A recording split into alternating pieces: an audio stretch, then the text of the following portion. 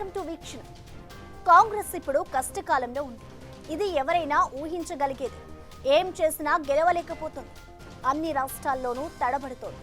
దేశంలో బీజేపీకి ప్రత్యామ్నాయంగా ఉన్న హస్తం పార్టీ ఎందుకు వెనుకబడుతోంది? ఇలాంటి ప్రశ్నలకు సమాధానాన్ని గత కొన్ని రోజుల నుంచి సీరియస్ గా వెతుక్కుంటోంది హైకమాండ్. వరుస మీటింగులు, అభిప్రాయ సేకరణ, రోజు ఇదే జరుగుతోంది. ఇందులో రాహుల్ గాంధీ ఒక స్ట్రాటజీ వర్కౌట్ చేశారు. 3 గుర్రాల కథ చెప్పారు. గుజరాత్ నుంచే గెలుపు యాత్ర షురూ చేద్దామంటున్నారు. ఇంతకీ ఏమిటా స్ట్రాటజీ? వర్కౌట్ అవుతుందా?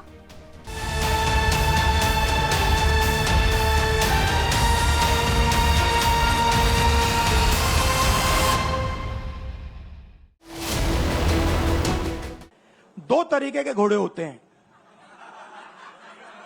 एक रेस का घोड़ा होता है, दूसरा शादी का घोड़ा होता है। ये आप कभी कभी कांग्रेस पार्टी क्या करती है, रेस के घोड़े को शादी में भेज देती है और शादी के घोड़े को रेस में लगा देती है। मैंने कहा कि देखिए, 2 तरीके के घोड़े होते हैं।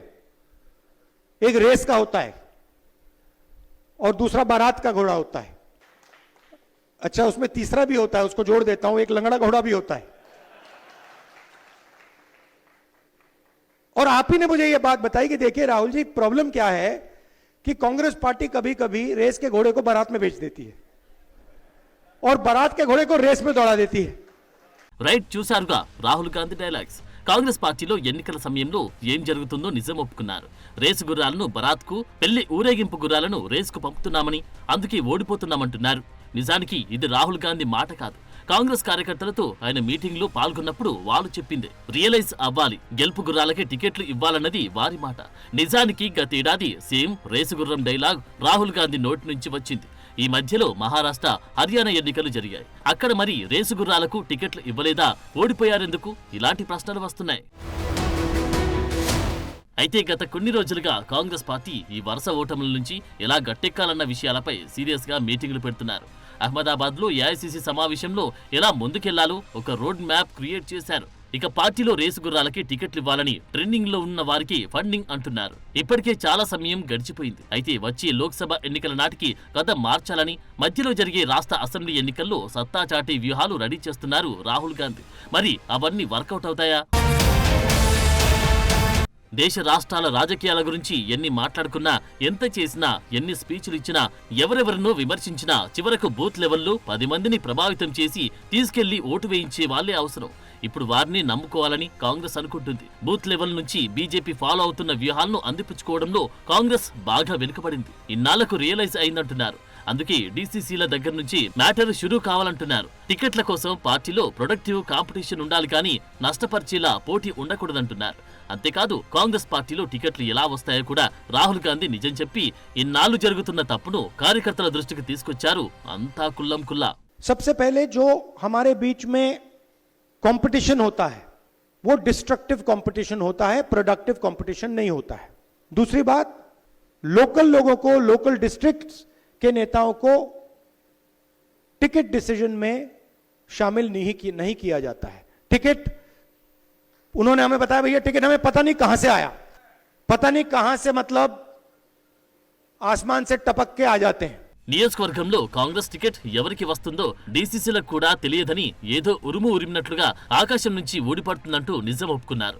ఇదే కాదు, ఏప్రిల్ 16న గుజరాత్ లో జరిగిన మీటింగ్ లో రాహుల్ మరో సంకల్పం తీసుకున్నారు. బీజేపీ, ఆర్ఎస్ఎస్ ను దేశంలో ఓడించాలంటే అది గుజరాత్ నుంచే మొదలవ్వాలన్నారు. కాంగ్రెస్ ప్రస్థానమే గుజరాత్ నుంచి మొదలైందని, గాంధీ పటేల్ పుట్టిన గడ్డ నుంచి రీస్టార్ట్ అవ్వాలని గుర్తు చేశారు. గుజరాత్ లో డీమోరలైజ్ అయ్యామని, కానీ కలబడదాం, నిలబడదాం, గెలుద్దాం, అక్కడి నుంచి గట్టెక్కడం సులువే అంటూ శ్రేణుల్లో జోష్ తీసుకొచ్చే ప్రయత్నం చేశారు. డీసీసీలను జిల్లా కేంద్రం నుంచి నడిపిద్దామని, అహ్మదాబాద్ నుంచి కాదన్నారు. పవర్ ఇవ్వాలి, బాధ్యతలివ్వాలి, స్వేచ్ఛ ఇవ్వాలంటూ మాట్లాడడంతో కాంగ్రెస్ కు గుజరాత్ లో మంచి రోజులు వచ్చినట్లేనా అన్న చర్చ జరుగుతోంది. सबसे पहले अगर हमने आरएसएस और बीजेपी को देश में हराना है तो रास्ता गुजरात के थ्रू जाता है। हमें पहले यहां पर जो हमारी ओरिजिनल फाउंडेशन थी, हमारी पार्टी भी, अगर आप सोचें, हमारी पार्टी भी गुजरात से ही शुरू हुई थी। हमारे सबसे बड़े जो नेता थे महात्मा गांधी, वो आपने हमें दिए थे और सरदार पटेल जी भी आपने हमें दिए। तो हमारी विचारधारा भी, हमारी पार्टी भी यहीं से शुरू हुई है। मगर काफी सालों से हम डिमोरलाइज से हैं। गुजरात में डिमोरलाइजेशन है नहीं है ना? थोड़ी मतलब थोड़ा लग रहा है कि भाई ये बड़ा मुश्किल काम है। तो मैं यहां आया हूं आपको बताने कि ये कोई मुश्किल काम नहीं है, ये आप लोगों के लिए आसान काम है। और आप देख लेना, हम ये काम गुजरात में पूरा करके छोड़ेंगे। కాంగ్రెస్ లో ఈ పరిస్థితి ఒక గుజరాత్ లోనే ఇలా లేదు. చాలా రాష్ట్రాల్లో సేమ్ సీన్. అన్ని రాష్ట్రాల్లో ఉత్సాహం పెరుగుతుందా, రాహుల్ స్ట్రాటజీ వర్కౌట్ అవుతుందా అంటే మారాల్సింది చాలా ఉందన్న వాదన తెరపైకి వస్తోంది.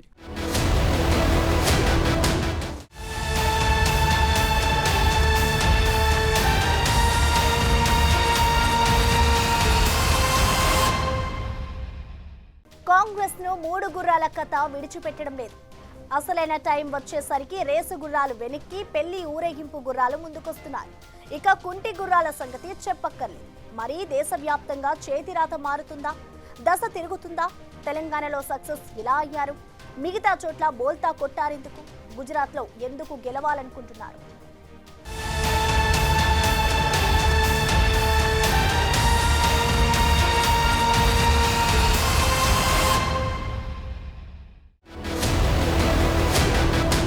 గుజరాత్ అసెంబ్లీ ఎన్నికల్లో బీజేపీ 1995 నుంచి 2022 వరకు వరుసగా 7 సార్లు గెలిచింది.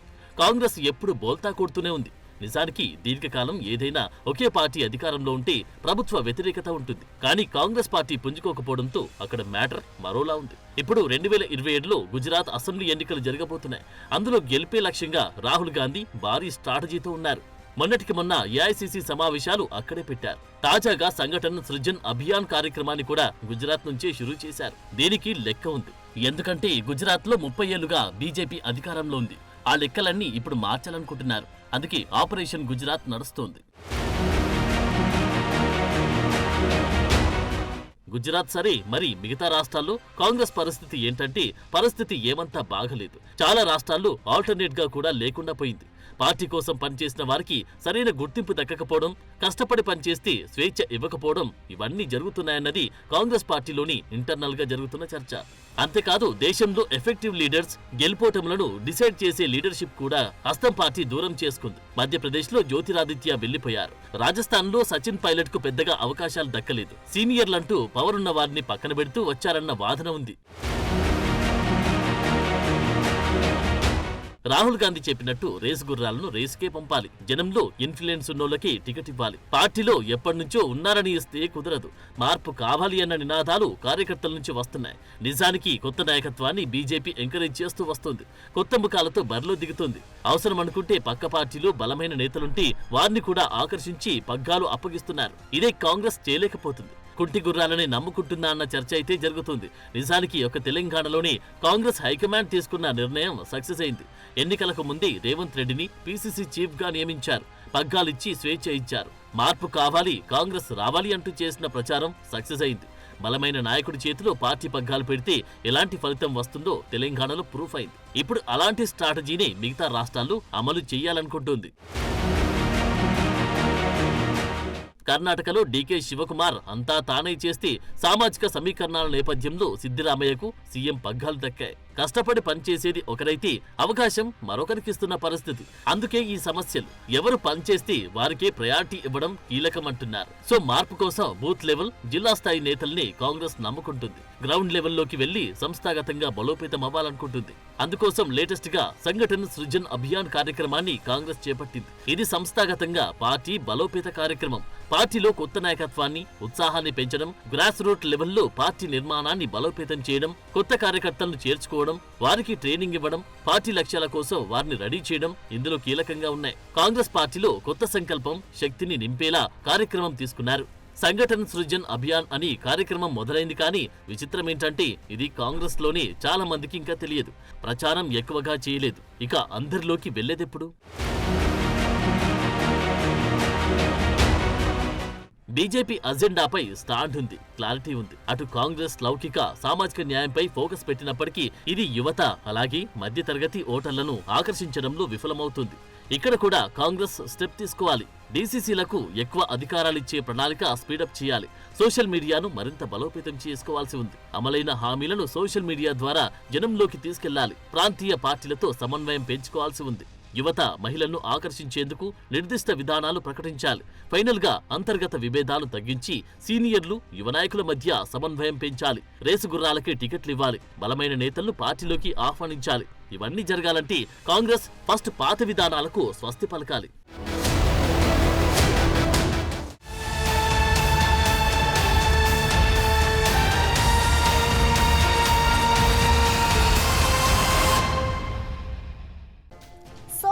రాహుల్ రియలైజేషన్ ఏంటంటే పార్టీ ఇప్పుడు గ్రౌండ్ సిచ్యువేషన్కు వచ్చింది.